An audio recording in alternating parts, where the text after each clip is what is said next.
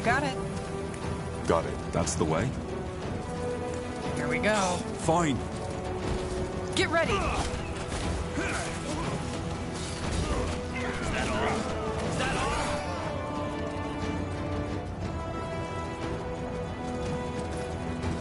Finally. This way, right? Fine.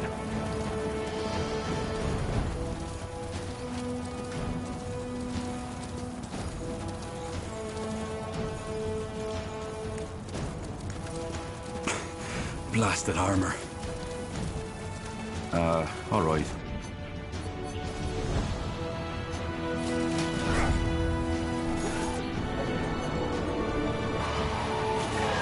You'll regret this.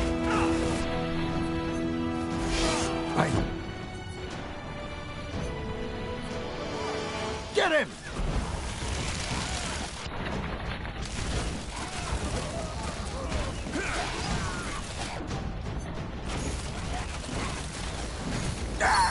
That was the last one. Let's head back to Iskrim. Really? Mm-hmm.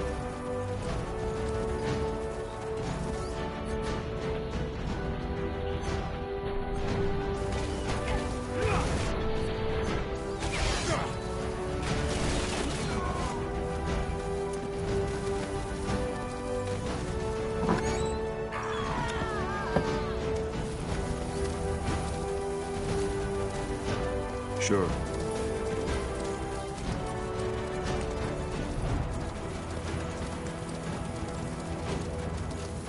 This way, right? Uh-huh.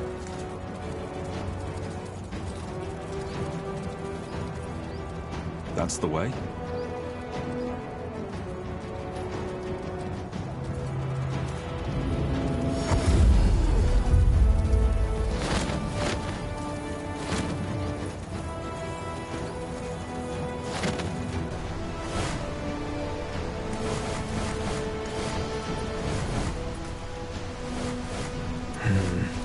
Tahar, did you deal with those commanders yet? Yes. What the? Finally! Lady Utran, what's the meaning of... Ah!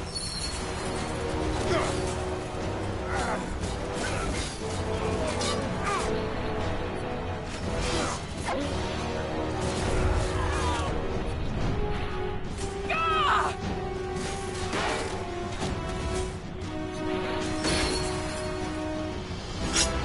All right, one more step, slit my throat.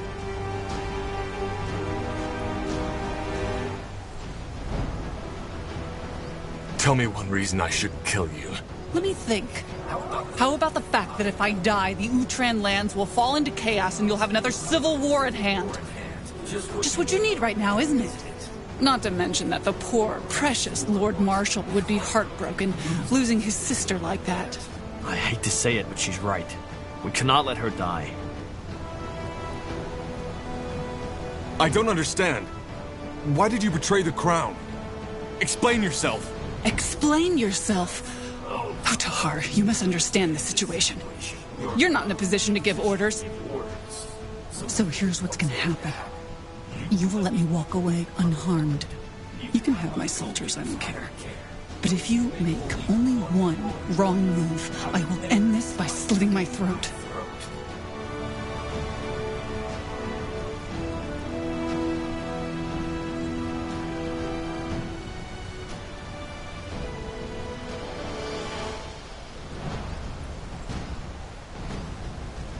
You're bluffing.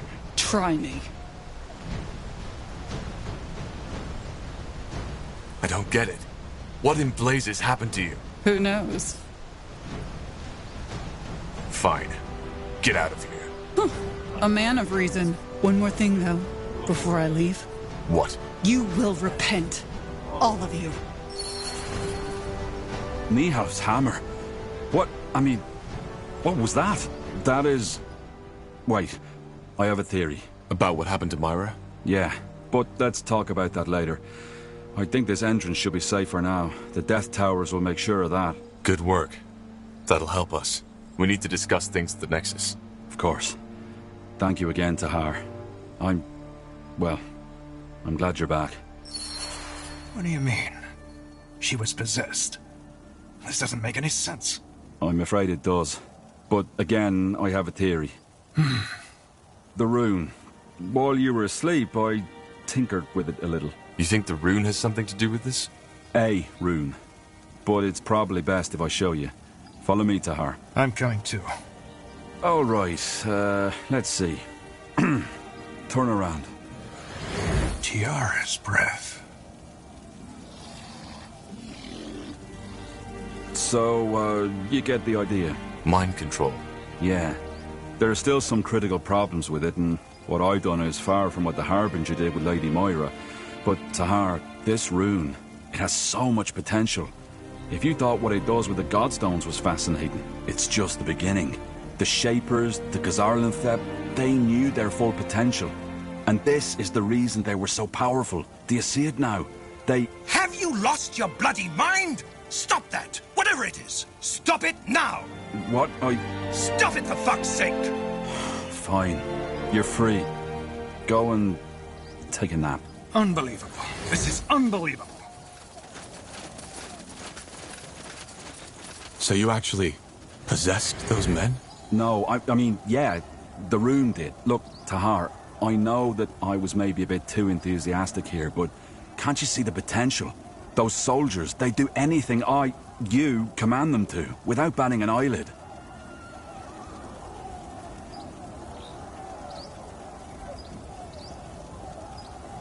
They still look hypnotized.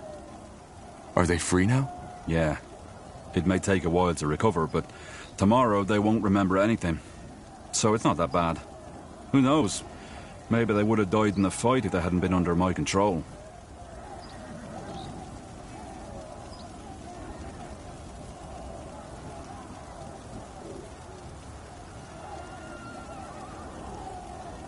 And you think that the Harbinger controls Lady Moira, right? Yes, and in an extraordinarily powerful way, if I may say so. Huh. In other words, we need to find a way to break that possession. Right now, House Utran is under the Harbinger's control. Madness.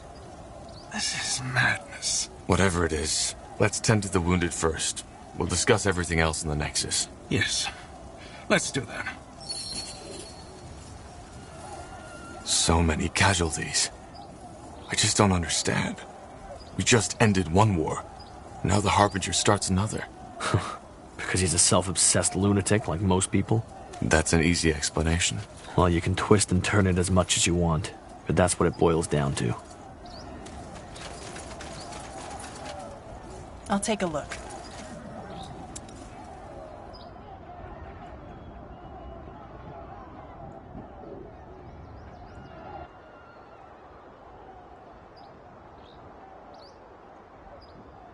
All right, let's catch our breath first.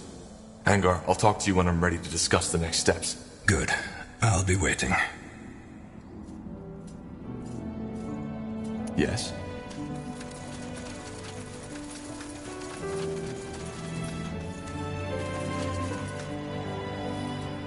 Tahar, thank Nihal if you're awake. For a while, I wasn't sure you'd make it. How do you feel?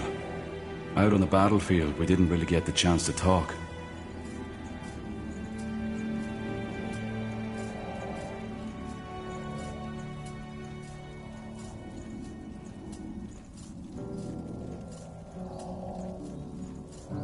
I just found out that my mother is a Shaper and that she's still alive. And now Rondar Lacane took her. How do you think I feel? Bad, I assume. Sorry, that was probably a stupid question to ask. It's a tragedy. The purity on the loose, with the power of the Archfire in the Harbinger's hands. Who could have seen that coming? For what it's worth, I'm sorry I had to go through this. I truly am. I always had my doubts about Lacane. Only I didn't expect this to happen. I figure. Be that as it may, all that matters now is that we stop him. What about you, Iskrim? I doubt whatever bargain you struck with Lacane still stands. You're still here, so I guess you aren't planning on leaving. Me? No, of course not. Where would I go, Tahar? There's no way of knowing what the Purity would do if they caught me. He wanted to kill you, so maybe Lacane doesn't want to leave any witnesses. Not to mention that we're still in the ancient Shaper city, full of marvels waiting to be discovered.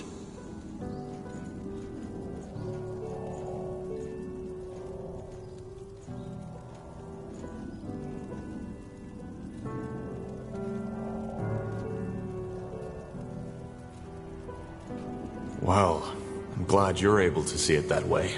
A frown hasn't helped anyone yet, has it? There's, one more thing I wanted to ask you. It's about your mother. About Andra. Ask. I'm not sure how to say this, but she was a Shaper. A living Shaper.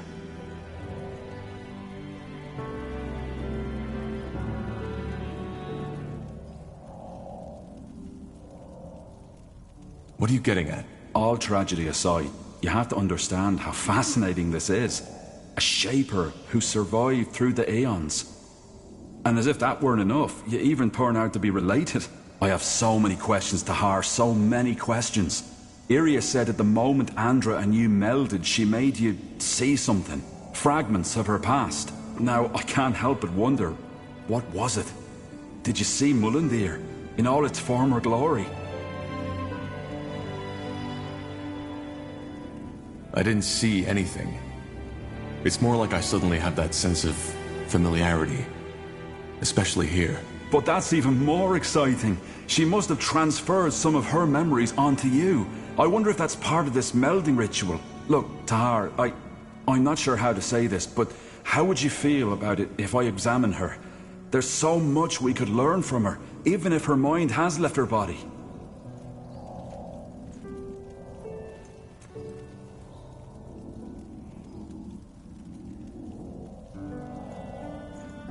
Why? What are you hoping to gain from that? You mean apart from being able to examine the body of a living Shaper? There's much we could learn. Maybe we could even find something that helps us fight Lakain.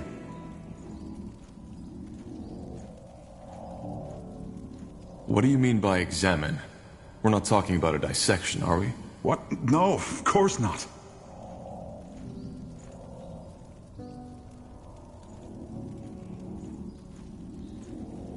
If you really think it helps, all right, do it. You really just said that? Point me, Half. Thank you. I'll talk to Undergast as soon as possible. His knowledge will be a great help. It'll be a while before we can start, but we'll do it as soon as possible.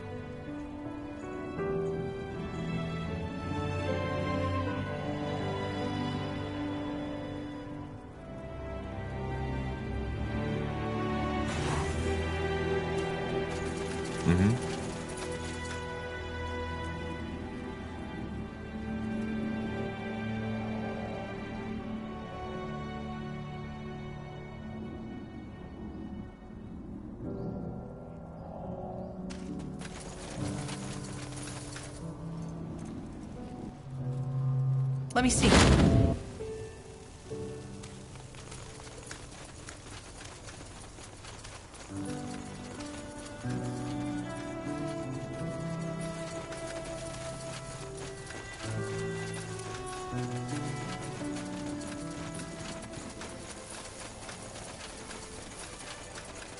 Tahar, ready to discuss the next steps?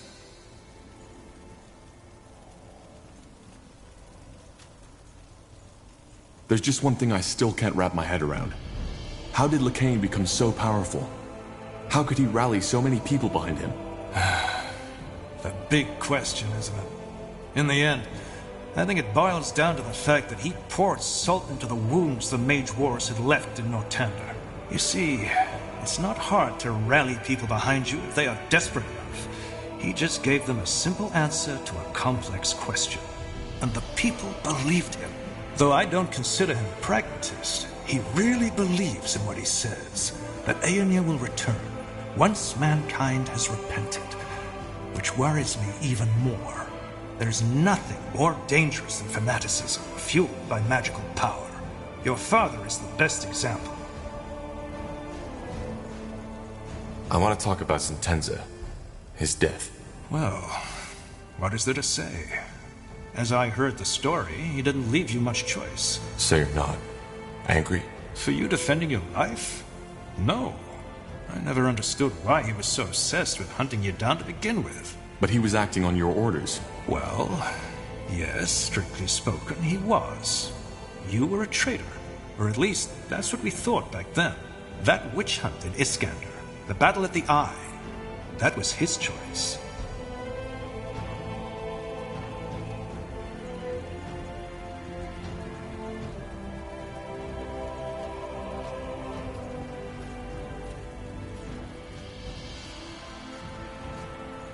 Why? Why did he want me dead so badly? Well, I can only guess. But to me, it seemed as if he felt as if you had, I don't know, betrayed him. He always spoke highly of you. Did you know that? At times, it almost felt as if he considered you his own kin.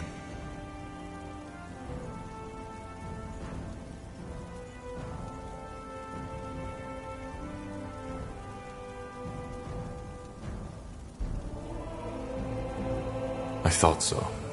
You see, Tahar, in the end, both he and I are men born from war.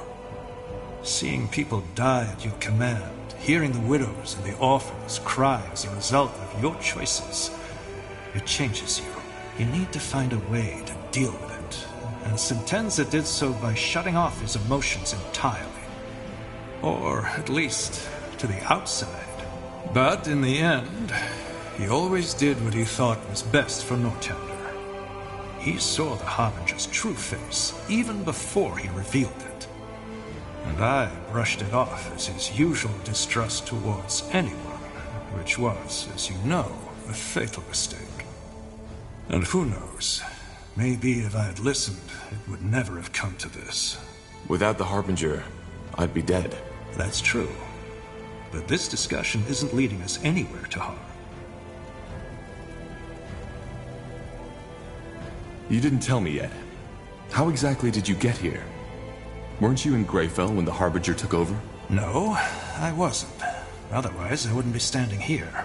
But we were on our way back the night it happened. As you can imagine, it was a hard choice to make.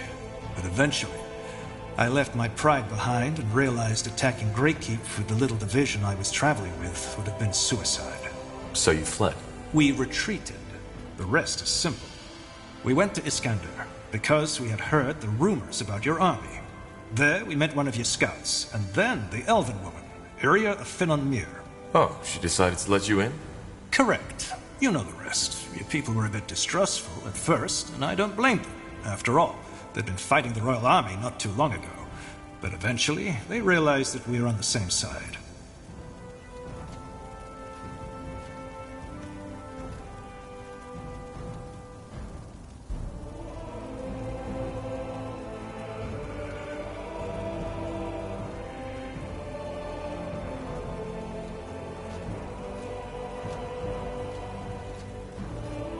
For what it's worth, I'm glad to have the Lord Marshal of the Royal Army in our ranks.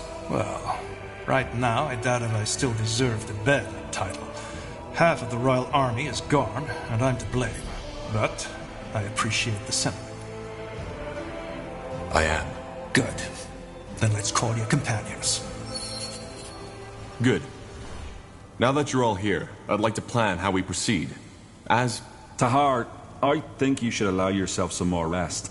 You were in a coma for more than a month, and we still don't know what that melding actually did to you. Isn't it obvious? It made him more powerful. Yeah, but where does that power come from? What effect does it have on the human body or the psyche? We don't know.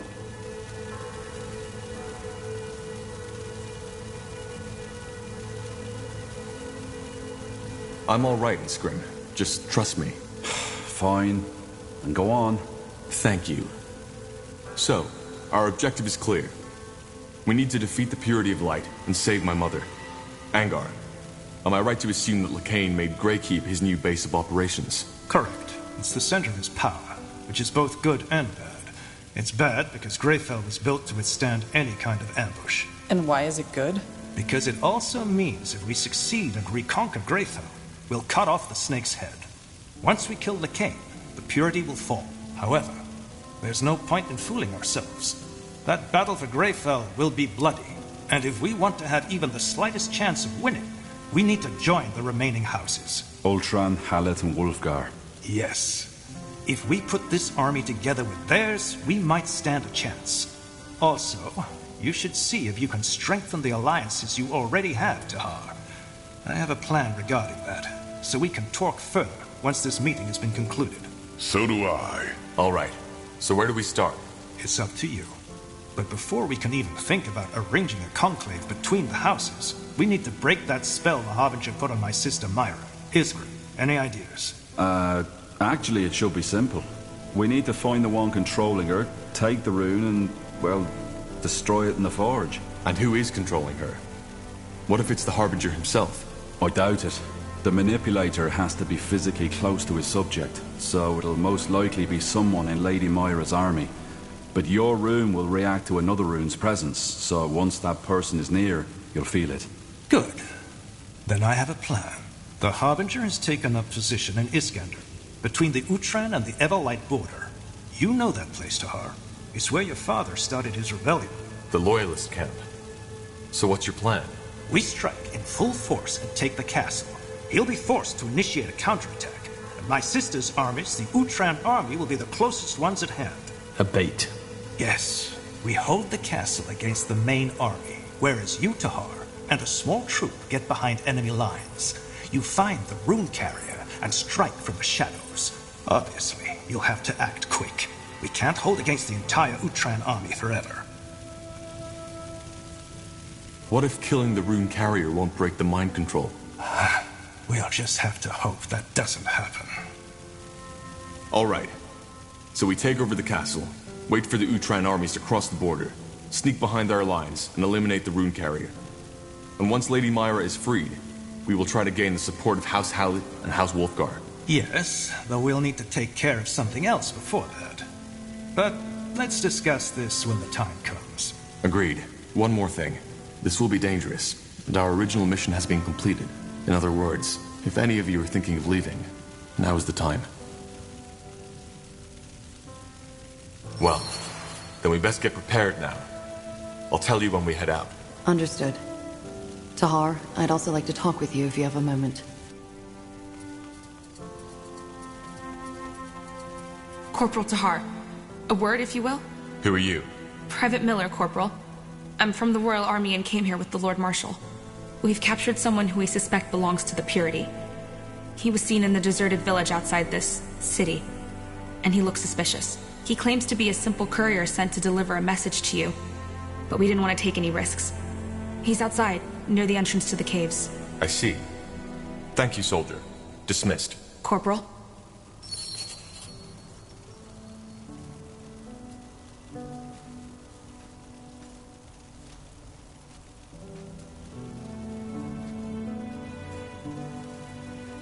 Ah, I was hoping you'd come by.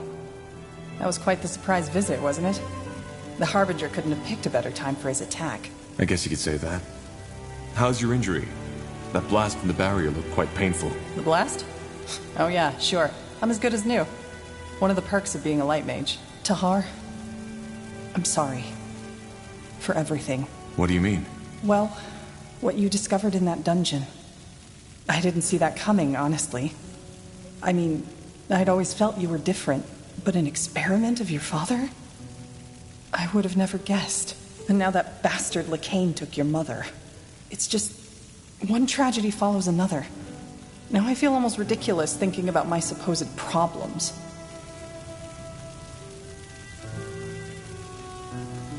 We can still save her. Yeah, I know. And we will. Blazes. How crazy does that all sound? A half-shaper whose mother's spirit has been stolen by a religious fanatic. If all this weren't actually happening, I'd think I'd be watching a bad play. Though you'd definitely be the tragic hero in this. And I don't envy you.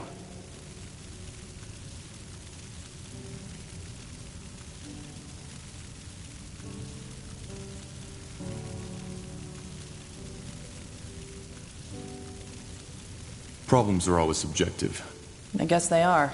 Tell me, Tahar, if you had had the choice, would you have wanted to know? About your mother and how you were born?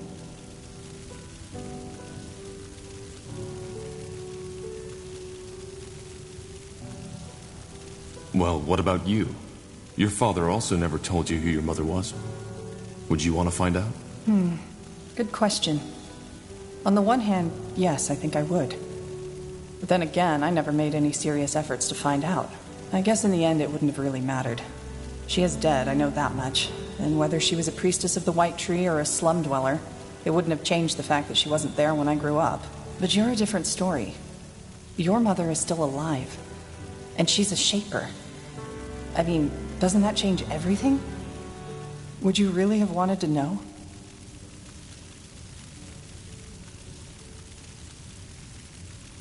Yes. It's always better to know the truth. Is it?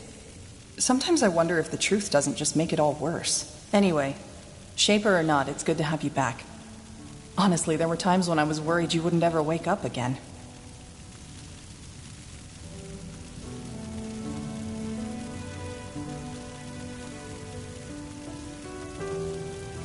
Well, it's good to be back. Stoic as always. Anyway, in case you were wondering, I'm not planning to leave now. If you need my help, I'll be here.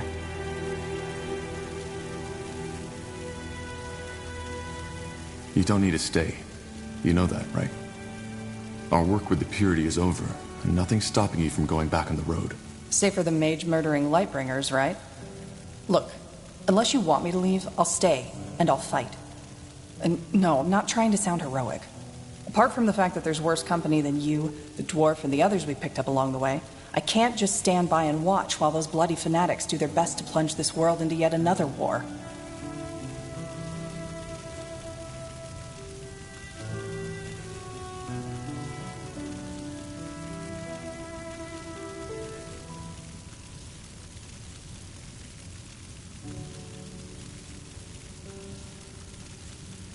Thanks, Iria.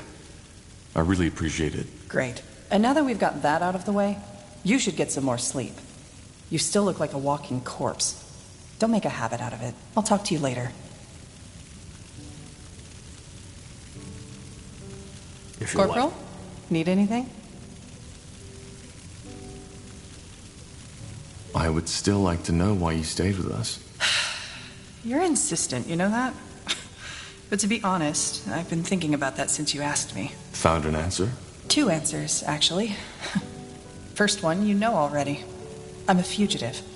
And if the Purity or Nortander got their hands on me again, it wouldn't have ended well for me. I understand. What's the second answer? Well, that one's hard to put into words. You know, there's one thing I like about you, Tahar. Despite all you've been through, you still fight. You're trying to make a difference one way or the other. So many in your position would have given up long ago. But you keep on searching. As the Harbinger said back in Greykeep. And I respect that. More so, I can relate to it. How? Well, there's just so much shit going on in the world, and yet so many people just don't care. They try to use the chaos to their advantage or just look away. There were and still are times when I found this hard to bear. It was also one of the reasons I spent so many years on the road. Away from the wars, the intrigues, the suffering, and all those bloody idiots. Out there, it's just different. And sometimes I wonder if the trees maybe know more about life than we ever did. They grow, they live, they die. If we'd managed to do just that instead of killing one another in the meantime, this world would be another place.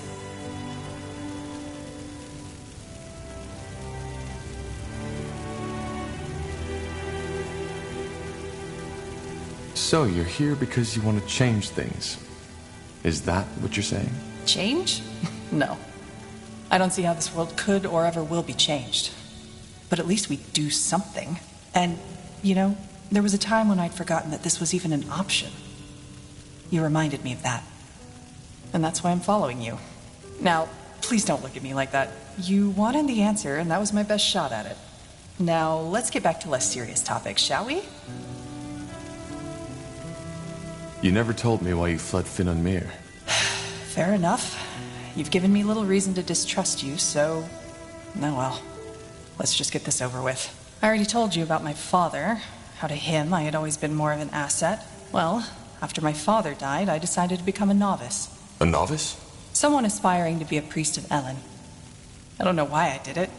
It was something my father had always considered a backup plan if an arranged marriage wouldn't work out. Part of it was probably because obeying my father was all I knew at that time. What does life as a priest of Ellen look like? Boring. Though not as boring as a Northander monk's life. You are free to have family and to indulge in the earthly pleasures. Still, your life is devoted to worship. And for a priest of Ellen, that means healing the sick and preserving Ellen's greatest gift, nature.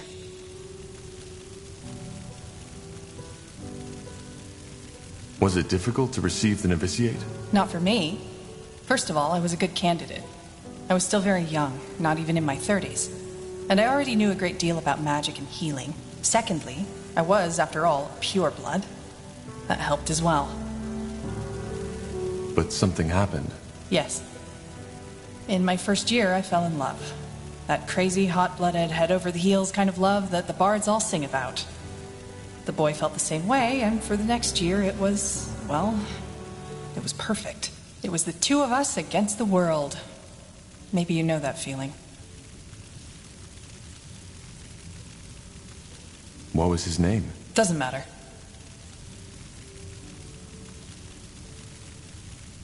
And the priests didn't mind? Priestesses. Only women are allowed to teach. And no, they didn't. Elves consider love to be a blessing of Ellen. Forbidding it would be near absurd. I have no clue where your monks got that idea from. Though, of course, that boy and I tried to, restrain ourselves when the situation demanded it. And I guess your romance didn't end well. You guess right. But it was more than that. You know, I told you how I always felt estranged around other people. I knew how to put on a smile, how to make myself fit in, but it was always fake. Shallow. With him, it was different. Dramatic as it may sound, I thought I had finally found someone who understood me. Then there was the novitiate. Despite all the time I sunk into doing the crazy things lovers often do, I never failed as a student. Or, no, let's put it another way. I was the best, in every aspect. Which didn't sit well with some people. No. And eventually, they made sure I felt it. They excluded me from everything, stared at me when I walked by. It hurt, yes, but I convinced myself it didn't. I've always been good at that. But what happened? My lover's friends started manipulating him. Telling him that I only saw him as my pet, that he was a failure, and that I only kept him around to feel good about myself.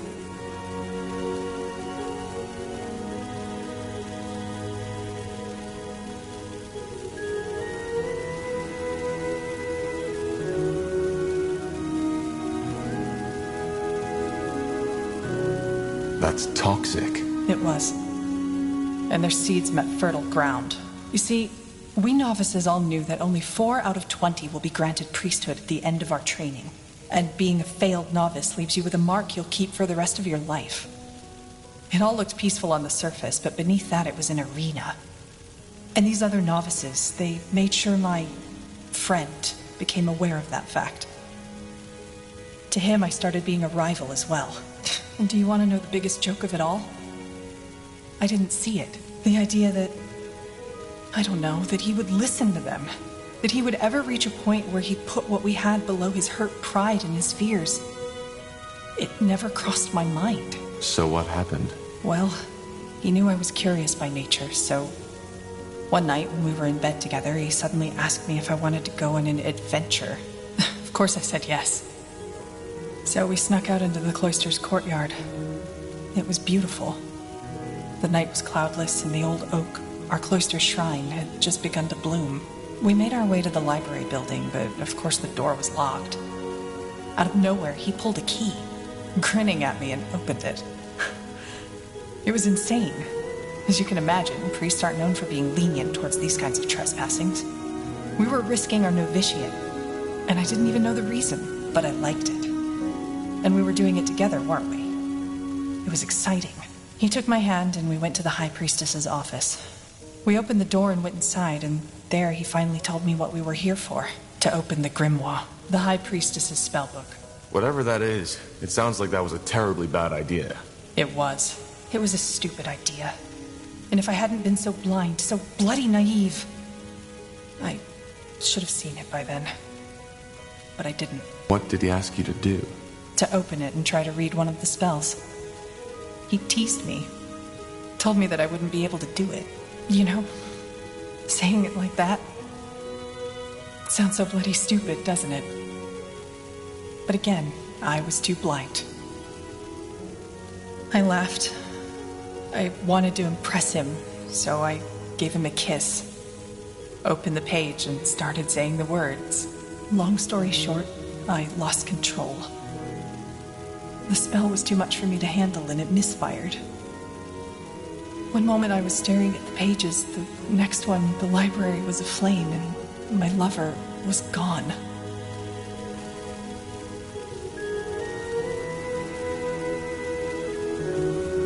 How far did that fire spread? Not far.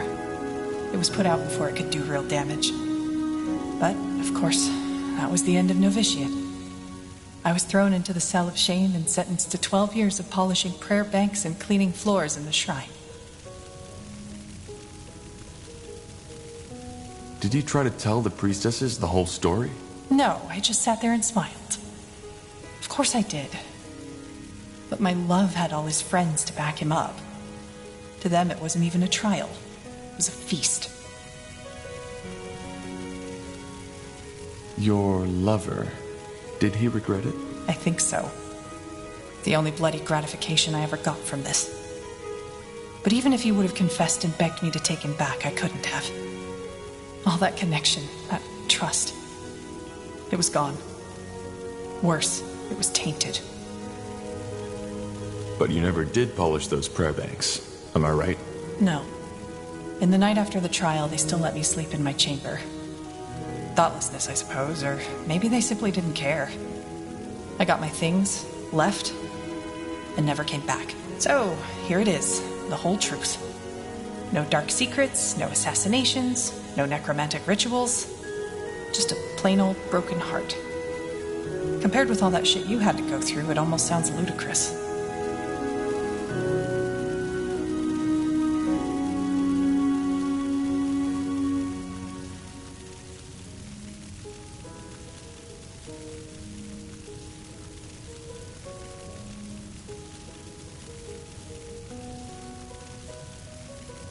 It doesn't. Being betrayed by someone you trust often hits the hardest. Yeah, I guess. It's just, I don't get it. How could he give all that up? I mean, there was something between us, you know? Something rare, something precious. But no, he threw it all away for his fucking vanity. But in a way, it's just a continuation of what I've always known. Wherever I am, I'm a stranger. People don't like me, and I don't like them. For what it's worth, I'm glad our paths crossed. Yeah, me too, Corporal. Me too. I'd like some space now. I hope you don't mind. Let's talk later.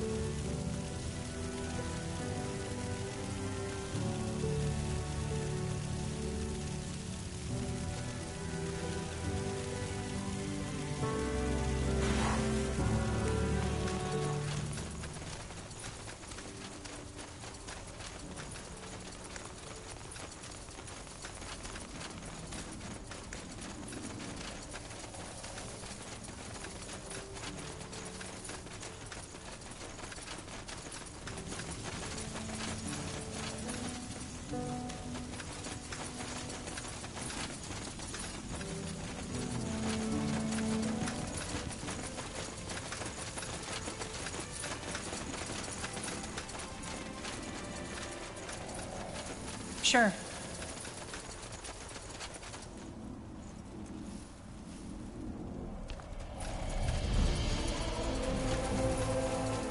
Tahar, what is it? You knew about my mother, didn't you? That's what you hinted at back at the forge, before we set out to the Eye. Well, the answer is yes and no. I had suspicions. Let us call it that. But they weren't enough to go on. And I had no idea your mother was connected to the blood burn. Why didn't you tell me? That I believe you might be the result of your father's experiments? That you're the offspring of some long-dead, forgotten race? Tell me, Tahar, what for? I mean, at best, you wouldn't have believed me. And at worst, it would have cost you your sanity. So no, I don't think I should have told you. I didn't know if these suspicions had any substance at all. And I would have been at great risk, especially back then when you were still part of the rebellion.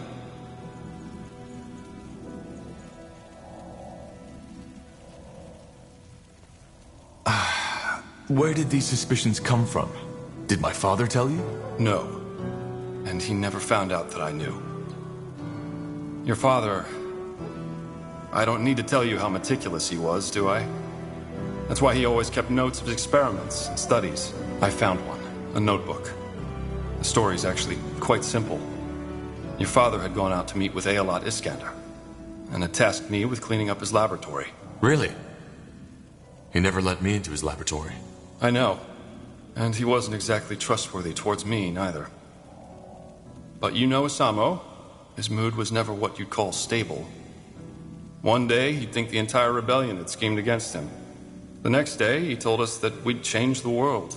It was part of his charisma, I guess. Sometimes I think the reason why the Mage Rebellion became so big was less of Asamo's magical powers, rather than his ability to create emotions in his followers. But we digress. So I had found this small booklet on his table. It didn't look important in any way, yet I was immediately curious. I opened it and started reading.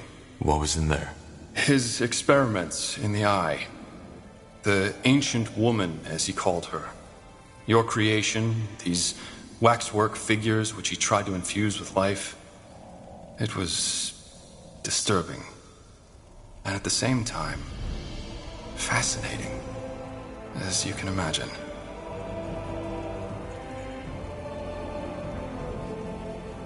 That book, did it say anything about how this ritual worked?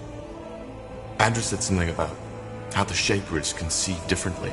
I don't think it can be compared to how two humans reproduce, if that's what you're thinking.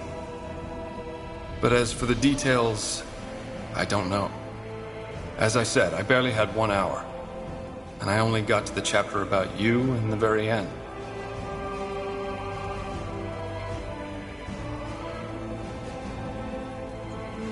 Do you still have that book? No, of course not. I couldn't even read through all of it, else your father would have noticed that I had done nothing of what he had tasked me with. And I have no idea where it is now. I figured. So, why did he, well, create me? My mother said it was to gain access to the Archfire. Yes, I think that was the main reason. Though I couldn't help but notice a certain, I don't know, warmth in his words when he described his plans.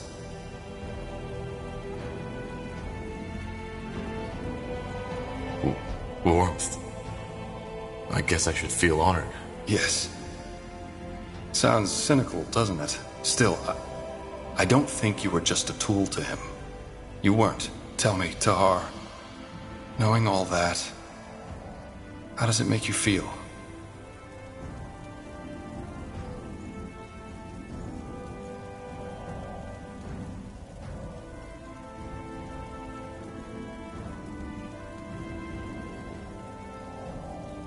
I just found out that my mother is a Shaper corpse, and that my father created me as a tool to gain power.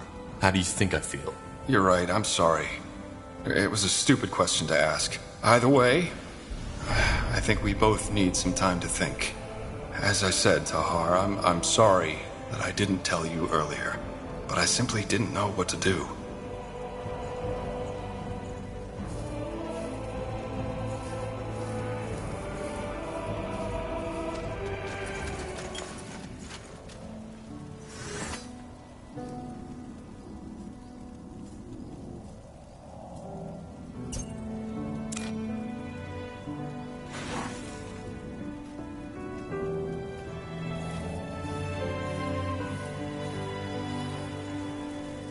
Understood.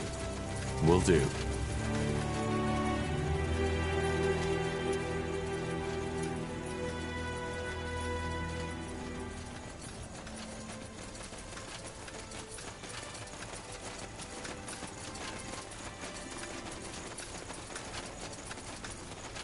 Tahar, it is good to see that you have recovered.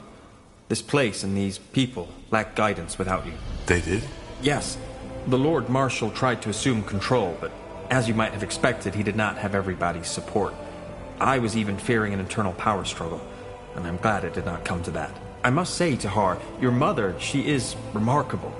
I have always wondered what the Shapers look like, and now I do. It is fascinating, though I suppose this is a difficult topic for you. Forgive me if my words were inappropriate.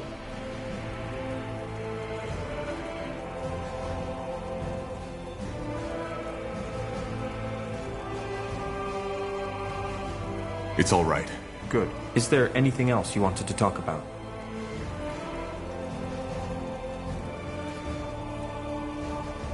Yes? What is it?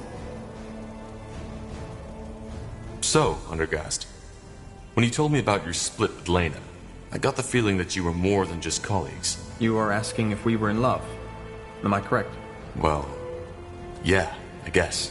Then let me start by telling you that the term love is undefined and that theories about it conflict one another. I have read a lot of books on it, and I've studied the poems, and I've come to the conclusion that it is ultimately a primitive, carnal urge that people have come to romanticize for the emotions that come with it. I, myself, never felt it, and maybe that was because I saw the underlying mechanisms. I always found it strange how people overreact so strongly to such a simple emotion, and maybe that very fact stopped me from being able to feel these emotions at all.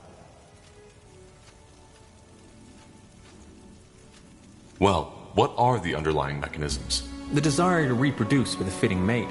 In fact, the orcs have a very dry, rational view on this process, but for some reason humans, dwarves, and elves do not.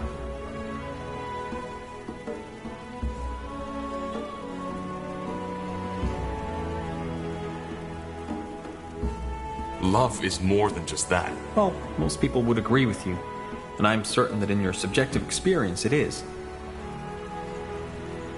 So, what you're saying is that you were never able to feel love, but then Lena came along and you did. No, it was not that simple. What stood out in our relationship was that we connected. I've never felt that before. You see, Tahar, to me, the bonds people have always felt peculiar, and I am not like Iana. Her mind simply does not have the ability to feel these bonds anymore. She had them once, but then she lost them, as she became a dreamweaver. My brain is capable of feeling these things, but I am unable to connect with the outside world. I only have my own mind as a frame of reference. For example, when a person tells you yes, whereas he or she means no, you might be able to feel this discrepancy because you are able to empathize with her. I can't.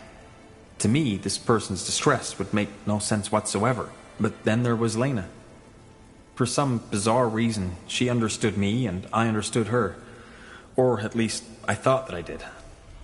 It was as if this barrier, this shell that separates my mind from others, was pervious to her emotions. I know how strange it sounds, and I also have no explanation for why this was, yet it changed me. All at once, I felt connected. Do you know this feeling, Tahar? You have traveled with these people for quite some time now. Is there anyone you are, well, fond of?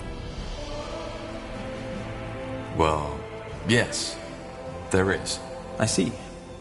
Then you probably know how distracting such a feeling can be. To be honest, when I first became aware of that bond between Lena and me, I was horrified. I could not focus anymore. When I sat down to write my studies, I realized after hours that none of what I had written made sense at all. Your inability to relate to others, is it innate? Yes. If it were not, I might have considered my sudden connection to Lena as a symbol of overcoming. But it was not.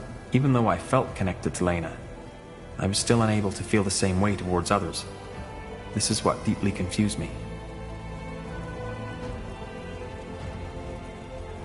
What did Lena make of all that? Nothing. Unlike me, she did not try to analyze, to understand its origin. At the same time, she did not discourage me from pondering. I believe this is what made our relationship unique. Complete acceptance. She did not try to tell me how I should behave or feel, and neither did I. Even when she decided to leave the guild and I decided to stay behind, we both accepted each other's decisions. Am I right to assume that your relationship ended with your disagreement over the Creators Guild abandoning its neutrality? No, you misunderstand. We never had a relationship. Although the feelings were mutual and we, well, acted on them, we never felt the need to bind ourselves to some close-minded societal construct. But yes, you are correct. It was the disagreement that broke our bond. Quietly, she left and never returned again. Do you feel, I don't know, betrayed? Betrayed? No.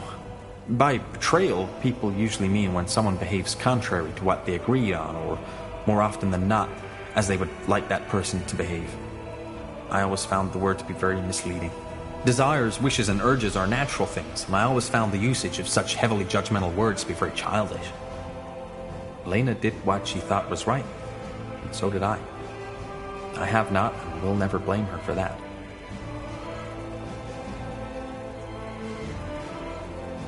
What, so you didn't even argue? I have a hard time imagining that. As I said, acceptance of one another's nature and decisions was a pivotal element in our interactions. Though I did notice that my unwillingness to follow her on her mission caused her more emotional distress than she usually would have felt. You see, if there ever was disharmony between us, it was when she tried to encourage me to embrace the world, as she put it. She told me that both I as a person and my studies would benefit from more first-hand experience. Such as? Well, anything. Traveling, studying the Zarlanthep ruins first-handed, even visiting the city of Everlight every once in a while. She seemed to think that it could help me get a better understanding of the world. But again, she never tried to force me. I could tell that my unwillingness upset her, but, like always, she showed acceptance. How do you feel about this? That is a good question. I still think about her, almost every day. But the more time passes, the more this entire episode starts to feel like a vague, distant dream, the way an elder must feel about youth. I do not know how I would feel if I ever saw her again. I can imagine. Well, thank you for trusting me with this, Undergast. You have nothing to thank me for. If this conversation helped you get a better picture of me, I'm glad we had it. But there is one more thing I would like to ask you, Tahar. Tell me. Do you have regrets? Do you ever feel as if you could and should have acted differently than you did act?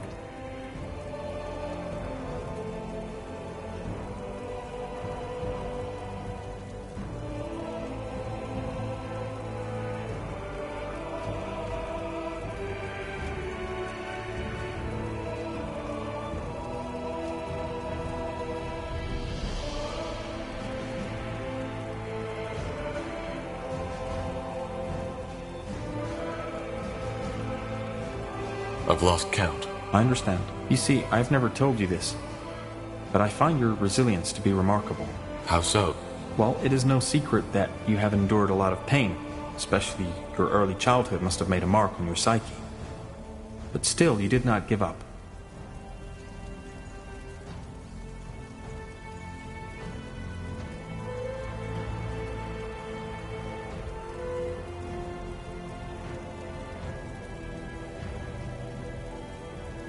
Well, I'm doing what I can. I can see that. Either way, I think we have spent enough time talking. We should get back to the tasks at hand. We should. So long, Undergast.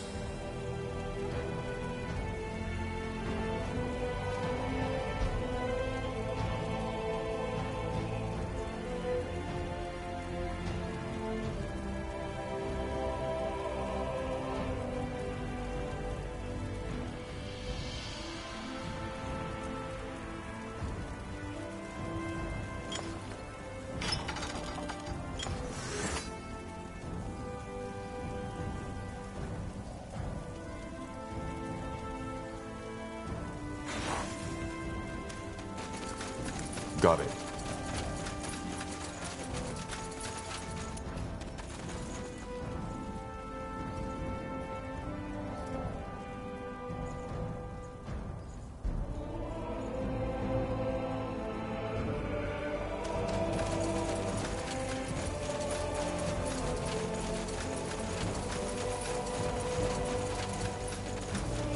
Tahar, how are you feeling?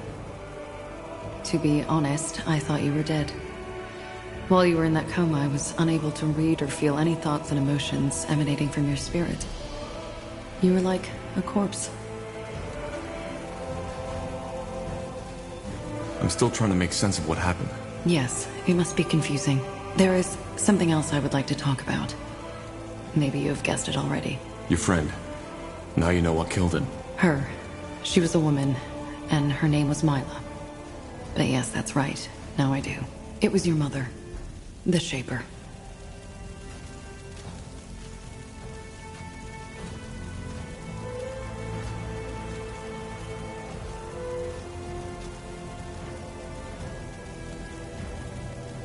What do you feel? I don't know. Ultimately, the question I asked myself is, can there be culpability if there was no ill intent? I've done many things which people might consider evil. But then again, I didn't do them out of malice, but because I needed to. Because feeding my urges is the only way for me to survive. I know the situation is slightly different from your mother's. She didn't know her song killed people. But ultimately it did. So the question is she to blame for Myla's death? And if not, who is?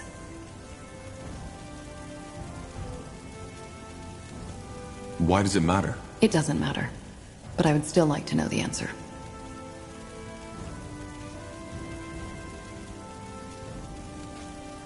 It's my father's fault. If he hadn't trapped her, none of this would have happened. And you wouldn't exist. Isn't that a strange thought? At least I know now what happened. That alone gives me some kind of closure.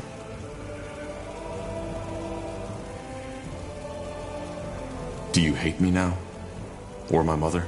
No. Hatred is an emotion I rarely feel, if ever.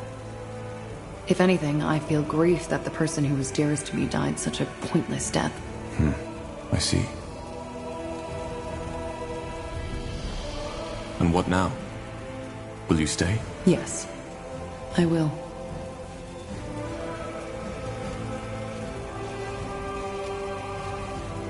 How come?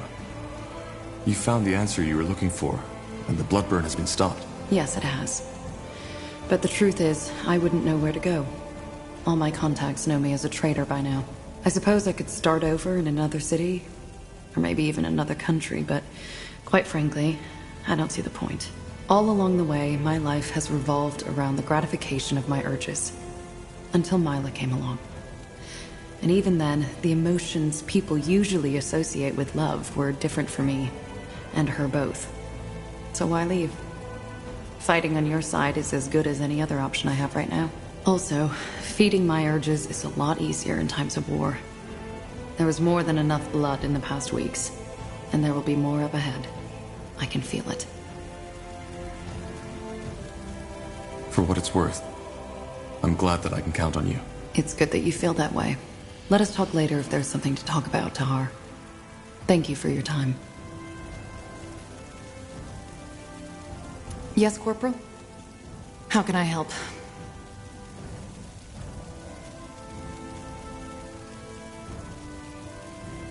About you being an assassin. You said that you might be willing to tell me more about that at another time. How about now? I'm still not certain. The question really is, do you want to know? It might change something. Such as? Your perception of me. It is your choice.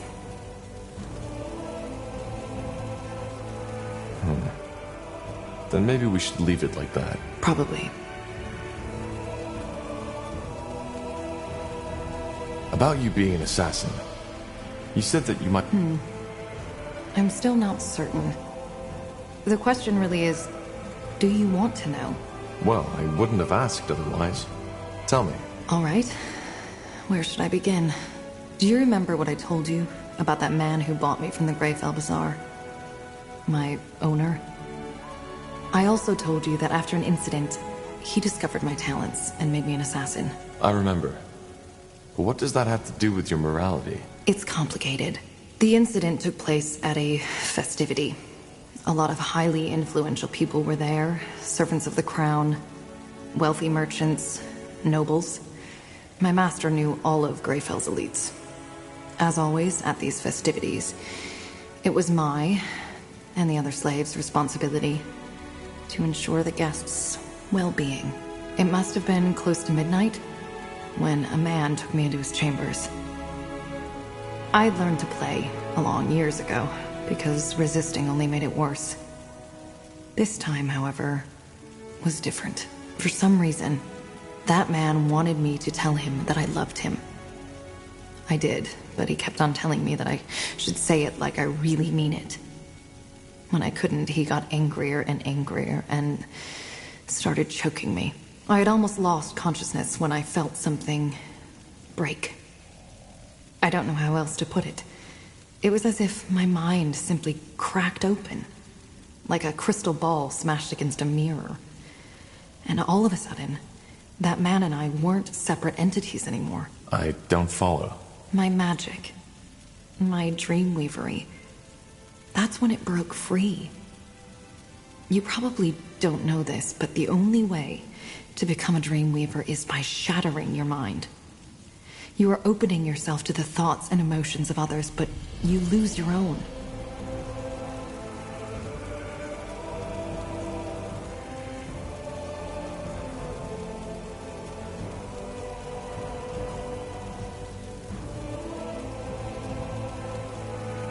Wait, Dreamweavers don't feel and think? No, we do. But it's differently than normal people. Me.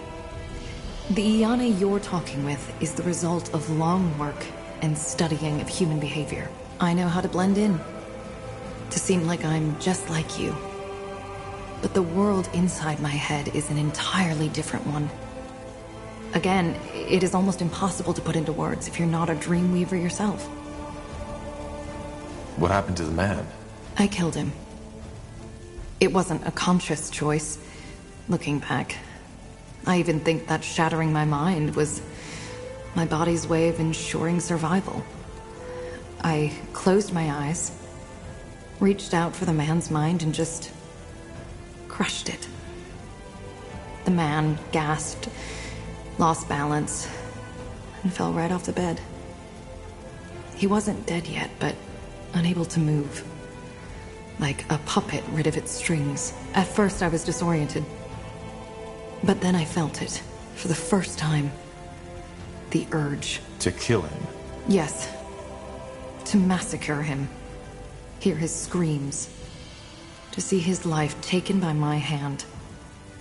I grabbed a lantern that was standing on a bedside table and knelt over him, and... well, you can picture the rest. To get back to your original question, that urge, it stuck with me. I think that the moment when my mind shattered and I became a Dreamweaver was what unlocked it.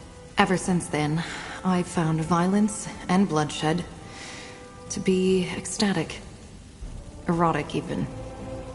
And when I kill someone, like I killed that man, I feel alive. Actually, it's one of the few times I am capable of feeling anything at all. Huh. And this is why you became an assassin? Yes. My master introduced me into the craft. Probably because he knew that my Dreamweavery had changed me.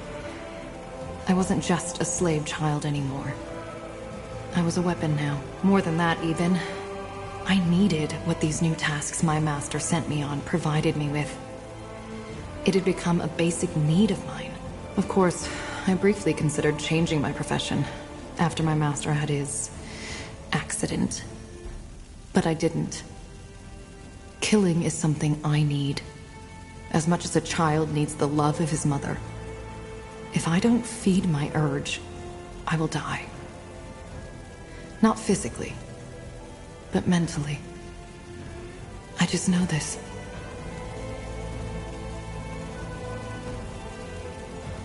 Well, that was definitely not what I was expecting. I can imagine. But is there no way to cure you? To return your mind to its original state? No, there isn't.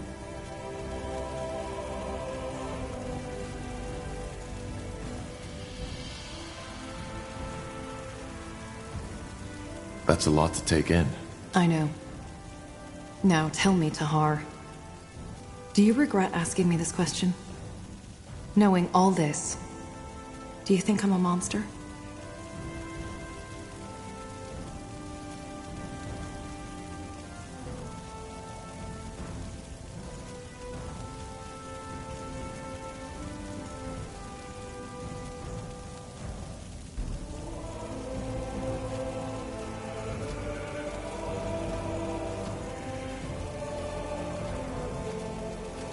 I don't think you're a monster, no.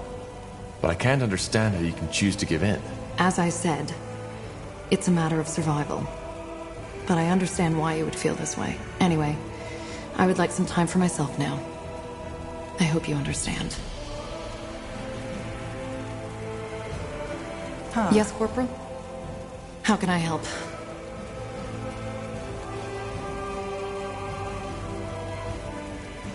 I'd like to know more about your friend, the one you lost to the blood burn. I'm not sure what there is to say. She was my friend. And the Bloodburn took her. Hence, I joined you. That is all there is to say. You said you know where we can find more allies. Yes. I'll be brief. While you were asleep, an elven messenger came by. Varden Merilith, one of the Moorhere scryers from Leafshade, sent him. Merilith? What did he want? Only that he needed your help. They, that is, he and a couple of his followers, seem to be somewhere deep in the Leafshade jungle, near the Halayish ruins. The old Hibernian city? But what do they want there? That's dangerous. I don't know, Tahar. We will need to find out. Do we really have time for this? That is something you will need to decide. But if we don't help, it might cause unrest within the Moorhere, who are fighting for us. All right. We might look into this. We should. Is there anything else you wish to discuss, Tahar? Fine.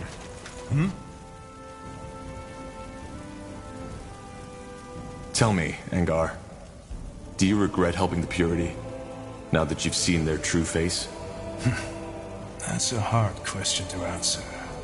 And you know it. On the one hand, yes, I underestimated them. On the other hand, back then, it was the only logical thing to do. Logical? Yes. After all, your father did in the Mage War. The people were angry, desperate, broken. The Purity channeled and still channels these emotions. It may sound cynical to say that now, but if it hadn't been for the Purity of Light, something far worse might have happened.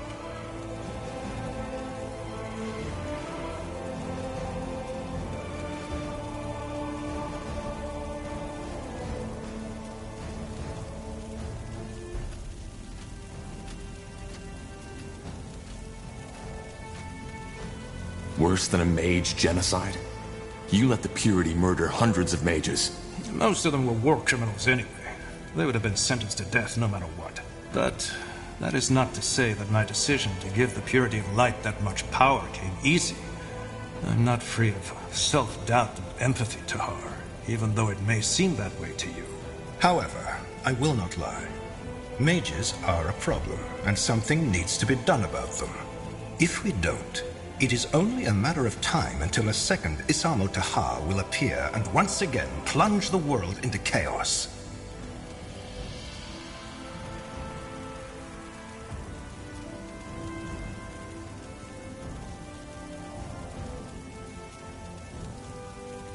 We need a group that represents mages. Then treaties could be made. That is an interesting idea. But before we can decide on any course of action, we need to deal with the current threat first.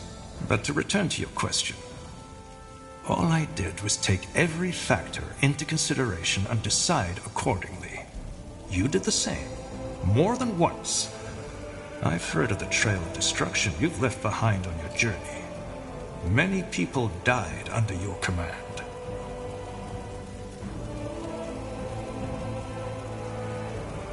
The sacrifices were necessary. Precisely.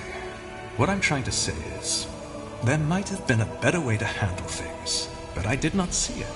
I did what I could, and even though it turned out to be a mistake, I have no regrets.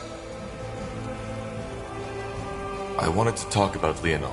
I had a feeling you would. Look, back at Greycube, the situation seemed crystal clear. You killed 3 of your brethren, and General Noria openly spoke out against you. Similar to my policy regarding the purity of light, I can now see that I was wrong. But again, all I did was to take all factors into consideration and decide accordingly. It was all I could do.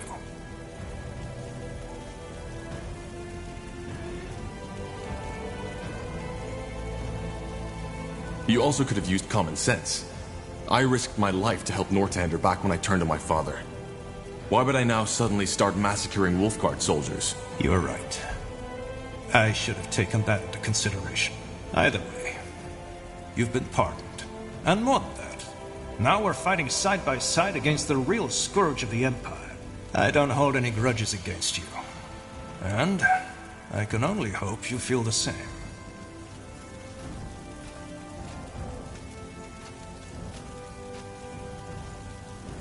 The past is the past.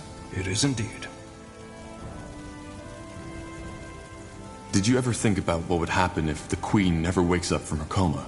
She will wake up. The healers claim that she's already getting better. They've claimed that ever since the dragon incapacitated her. The Queen has Hibernian blood in her veins. And as long as her heart is still beating, I will not waste any time thinking about something that might never happen. Though, of course, that is not to say that others at the court haven't done it. Most people believe that Queen Aelith doesn't have an heir. But that's wrong. She does. Really? Who? A cousin. I suppose you know about the Queen's problematic ancestry.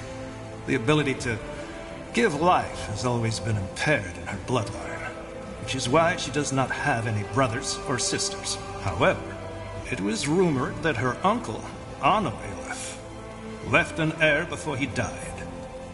A bastard son. It's the first time I've ever heard that. Yes, because the Crown took measures to quiet these rumors. Suffice it to say that Queen Aelith's supposed cousin is far from an ideal candidate for the throne. But I will not go into detail on this topic. It is irrelevant. And it will stay irrelevant. Because the Queen will survive. I can feel it. You said that you have an idea on how we can get more allies to fight the Purity. Yes, I do. It's someone you're already familiar with. At least, according to your friend Irian. The Iron Falcons. You want to convince them to join our troops? Not all of them, obviously. The Field Dog are an even greater threat than the Purity, even if most people nowadays have almost forgotten about them. What I suggest is that we strike a bargain with them. They give us a small division of their elite keepers, and we provide them with twice the amount of footmen and maybe engineers to make up for it. Engineers and infantry for a handful of knights. Is that really worth it? It is. The Falcons aren't only excellent fighters. Their presence will also inspire our soldiers. They're living legends.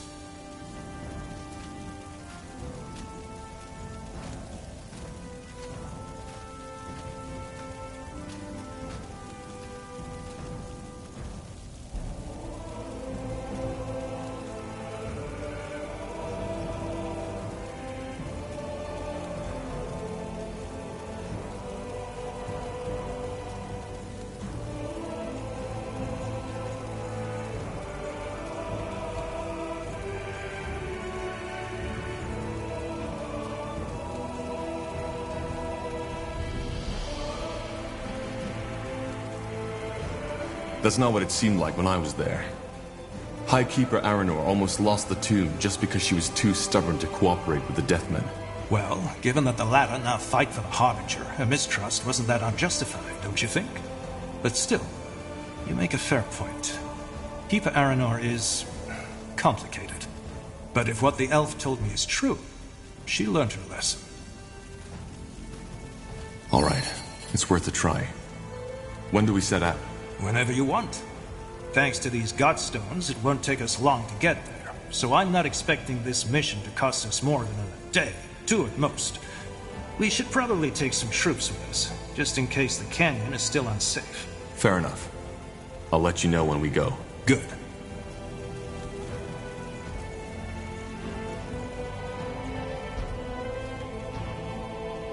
That way?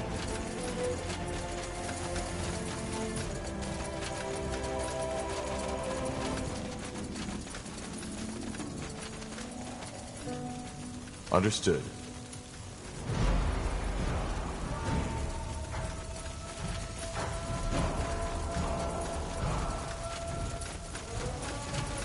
Let me see.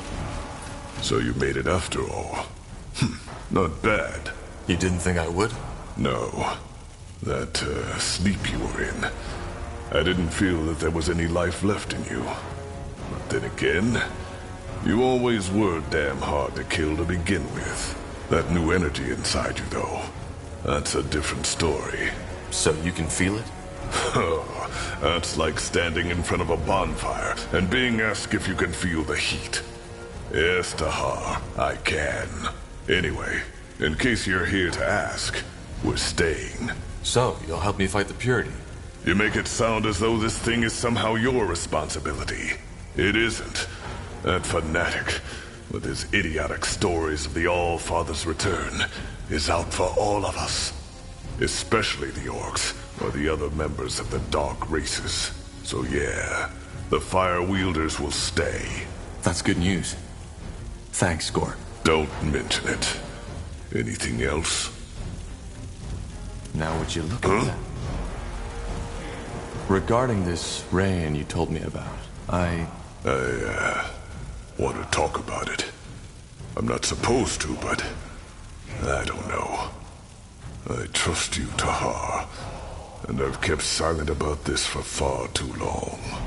Zarek's fangs, this is so silly. I feel like a damn child. Gore, just spit it out already. Right. Where do I start? Before becoming a shaman, every disciple has to go through a trial. The Iron Trial, as it's called. I told you that I did most of my training in solitude, didn't I? That wasn't true. 5 years after I entered disciplehood, another orc was accepted by my elder. A female named Rain. She was 2 years younger than me. I thought only male orcs can be gifted. No. It's just that for female orcs, it's even rarer to have magic. Which is why there are close to no female shamans. Huh. How did you get along? Well, at first, I was a complete dick to her. I was jealous and feared for my position. However, she never took offense by it. She fired back at me when I got childish, but at the same time never lowered herself to my level. As the years went by, we became friends.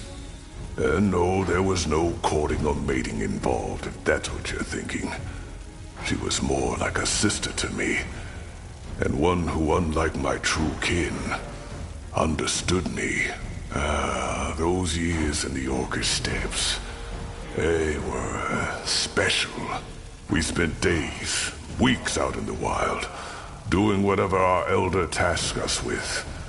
And though it was hard, there was beauty in that. We just had this connection between us, this trust.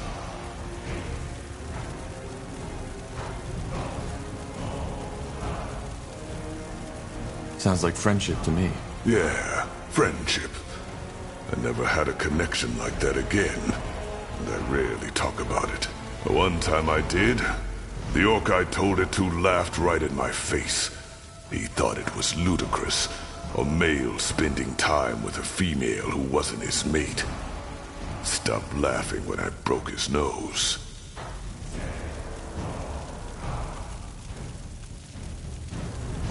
But something happened, am I right? Yeah, the trial did. The sacred test every disciple has to take before he or she can become a shaman. Our elder sent us both at the same time, which was unusual. But of course I was relieved. There was plenty of talk about the Iron Trial, and I was scared.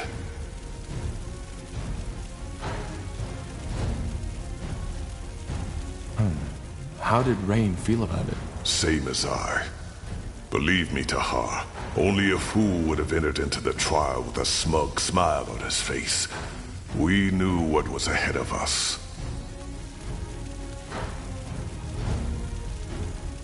What did you know about the trial? Rumors. Shamans are forbidden to talk about it. But it was known that only half of those who take it return at all. So what happened? Zarek's fangs. I can't believe I'm telling you this. I'm breaking my oath.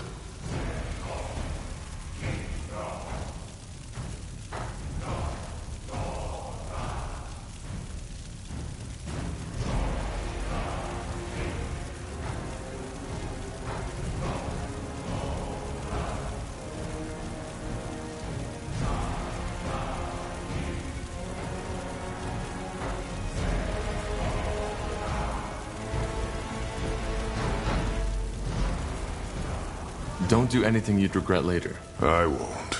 We weren't told much about the trial.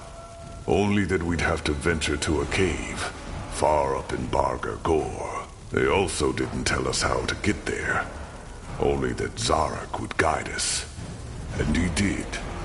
After a week of traveling, we found it. It was a strange place, Tahar. I saw that right from the beginning. The entrance looked like a mouth.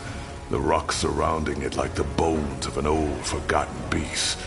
And the stalagmites, like hundreds of teeth. But of course, we went in. We had to. What did you find? A giant hall. It was as mesmerizing as it was unsettling. There were murals and carvings all over the cave walls. Old glyphs that I'd never seen before.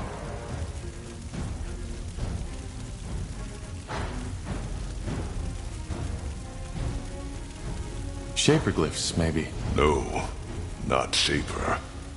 They looked as if the Guardians themselves had carved them into the rock.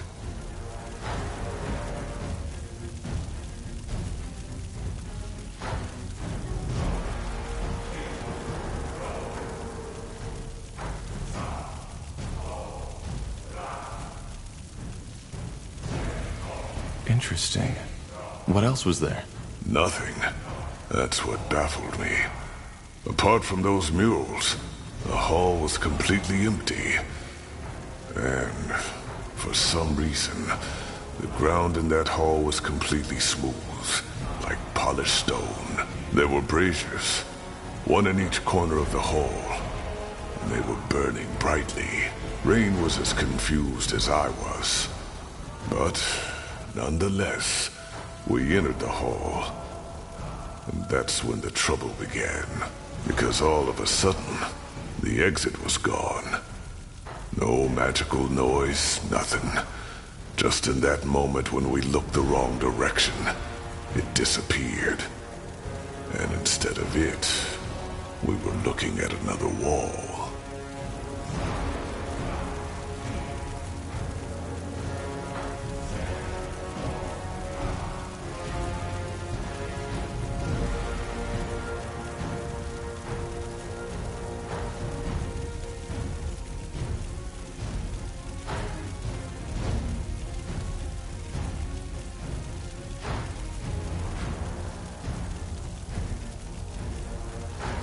How is that even possible?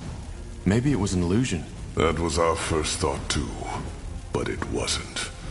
That new wall was as solid as every other rock in that hall.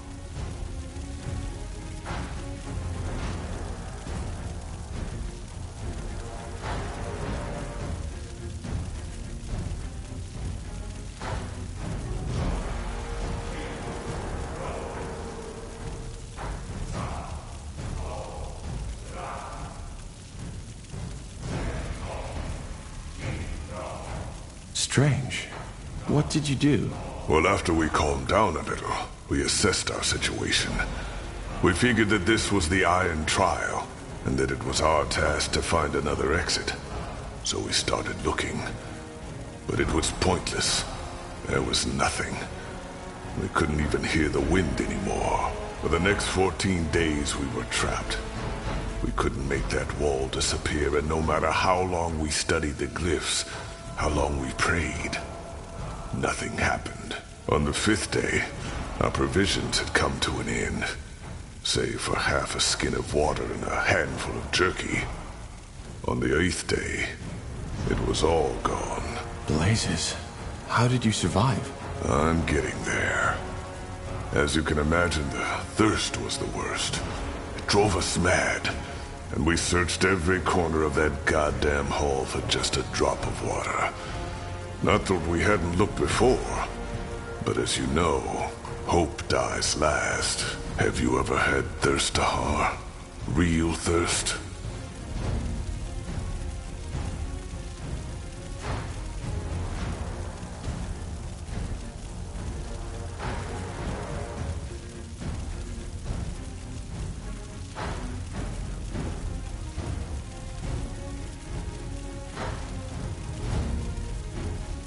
Yes. Then you know what it feels like. On the 11th day, Rain and I were puking our guts out.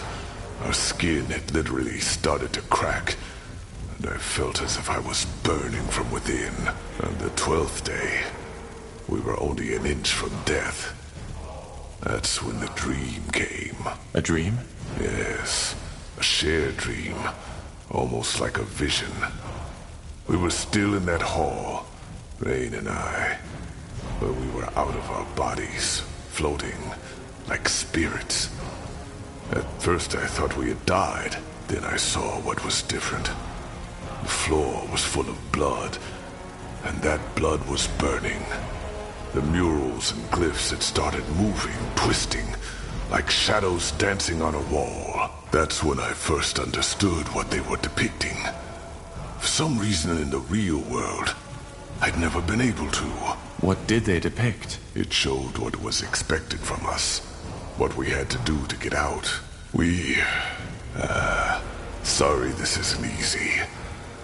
I've dreamed about those weeks ever since. But telling someone, it feels bizarre.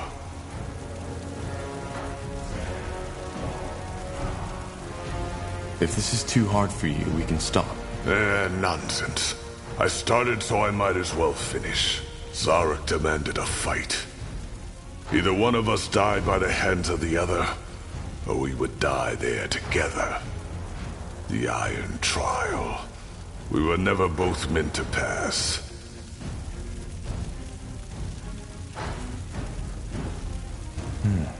Truth be told, that doesn't surprise me. Yeah, and it shouldn't have surprised me either. But for some reason, I don't know. He had known Tahar, our elder, our master. He had known that it would come to this. Yet he still decided to send the two of us out at once.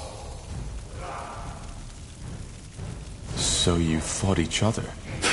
No. Trial or not, I would have rather died than done that. And that's precisely what I told Rain. A god that demands a man to kill his own sister is not a god that deserves worship by anyone. But Rain wouldn't have it. She claimed that if both of us died, both of our lives would be wasted for nothing. I got angry and asked her if she meant that she wanted to fight me. She said no. I don't understand. She wanted me to kill her. She told me that she was already too weak to make it down the mountain anyway, but that I could still make it. Believe me, Tahar, if there had been any strength left in me, I would have punched her just for suggesting it. Did you ever consider sacrificing yourself? No. I know it makes me sound like a coward. And maybe that was part of the reason why I didn't. But the same part of my mind still believed that there had to be another way. That all this was just some cruel joke. And the cave we had found maybe wasn't Zarek's after all. And yet, you're here. I am. I should have known before she even did it. She always had to have it her way, no matter the price. It happened when I was asleep. She took my dagger from its sheath, put it into my hand, and drove it through her throat without hesitation. When I opened my eyes, her blood was already all over my face. And as if Zarek had been watching all along, the wall disappeared. No noise. Just like that. The wind was back, and it was raining outside. The first time in months. I like to think that she saw it before she died. Did you make the descent? I did. There were berries in a mountain goat that had been hit by a rock slide, right next to the exit. It was so absurd I almost had to laugh. When I got back to the Elder's shack, I screamed at him, then broke down and started to cry. He just listened. In the end, he told me that we had both known what had been at stake. Yet we agreed. Choice and consequence. He made me a shaman the next day.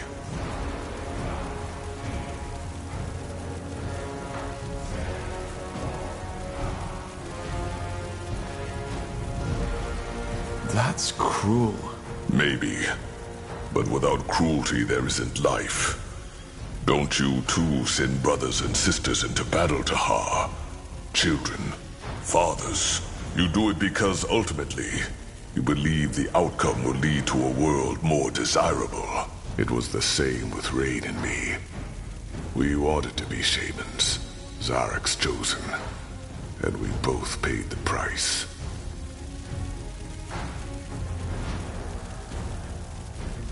Do you blame yourself sometimes? Of course I do. But ultimately, it was her choice. And all I can do to honor her now is to respect it.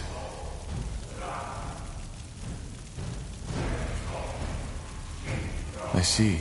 There's one more thing. Remember when you asked me why I feel the way I do about our culture?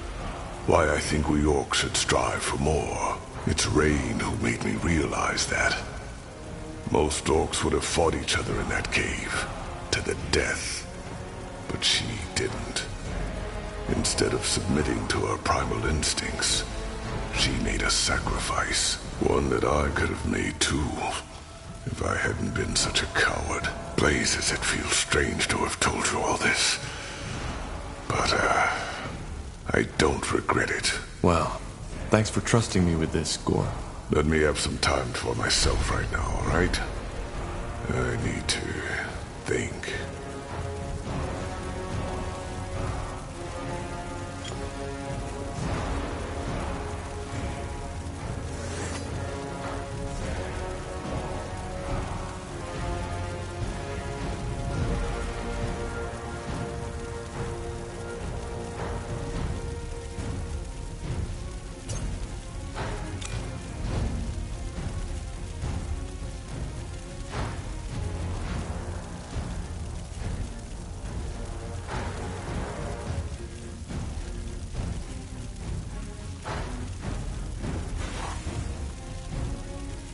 Huh?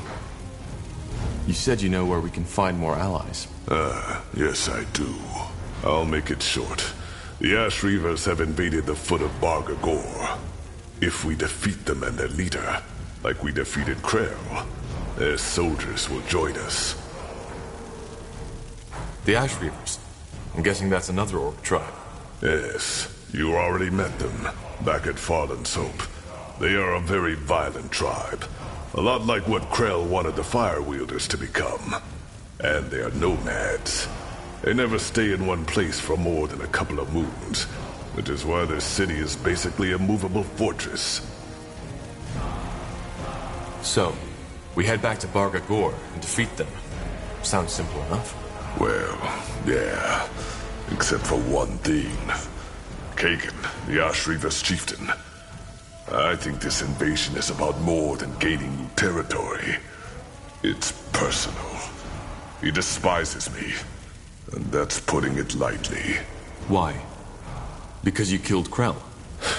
No. It's more complicated than that. Do you remember the story about my trial? About Rain?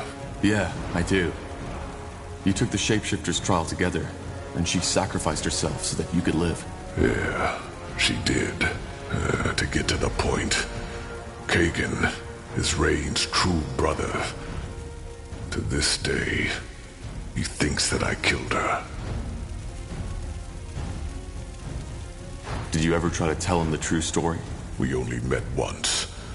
And yes, I did try to talk to him. It ended in a fight which I won. That disgrace only added to his hatred. And truth be told, that was my last attempt to convince him. I knew it was fruitless. Our tribes lived weeks of journey from each other. Well, the memory of Rain's sacrifice is painful enough for me as it is. I just wanted it buried. Somewhere in the dark corners of my mind where I'd never have to face it again. Which, as you can guess, didn't work. I still have nightmares. I see. And that's why he invaded Barga Gore. It must be. Bloodthirsty as the Ash Reavers are, There is no reason for them to start a war with the Fire Wielders, especially now that we unify them. He must have heard that I'm behind this, and that rekindled his hatred for me. In other words, we need to stop him, and as fast as possible. According to one of my sources, the Purity is also planning to start an attack on Bargagor. The Fire Wielders should be able to hold them at bay, but not if they have to wage war against the Ash Reavers at the same time.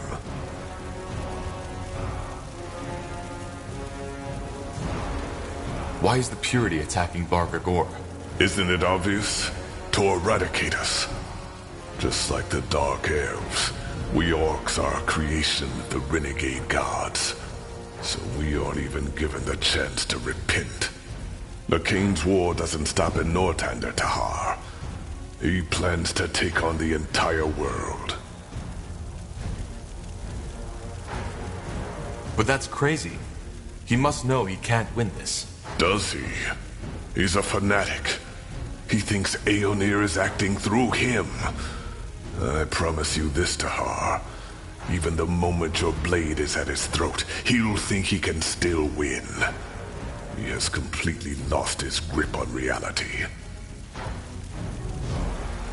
So what's the plan? Return to Bargagor, drive back the Ash Reavers, and kill Kagan? If all else fails, yes. We will kill him.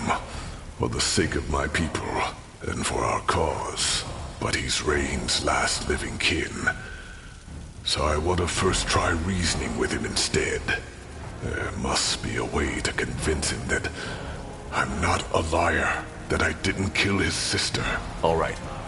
I'll tell you when we head out. Yes, Chieftain Czar already left before you woke up to get an idea of the situation. I know time is sparse, but we should leave as soon as possible. And thank you, Tahar. I appreciate it.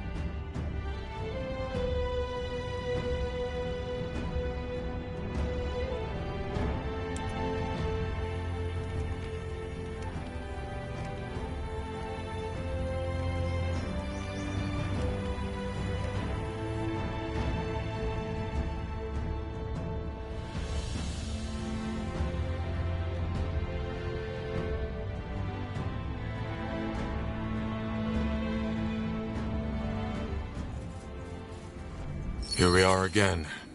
At least, with the Bloodburn gone, the undead should be less of a problem now. What do you mean? The Bloodburn didn't just kill the living, it also woke the dead. Interesting.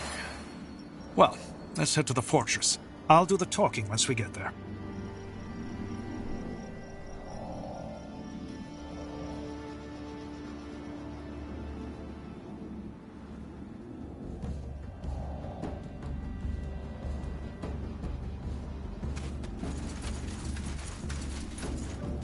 Sounds like a plan.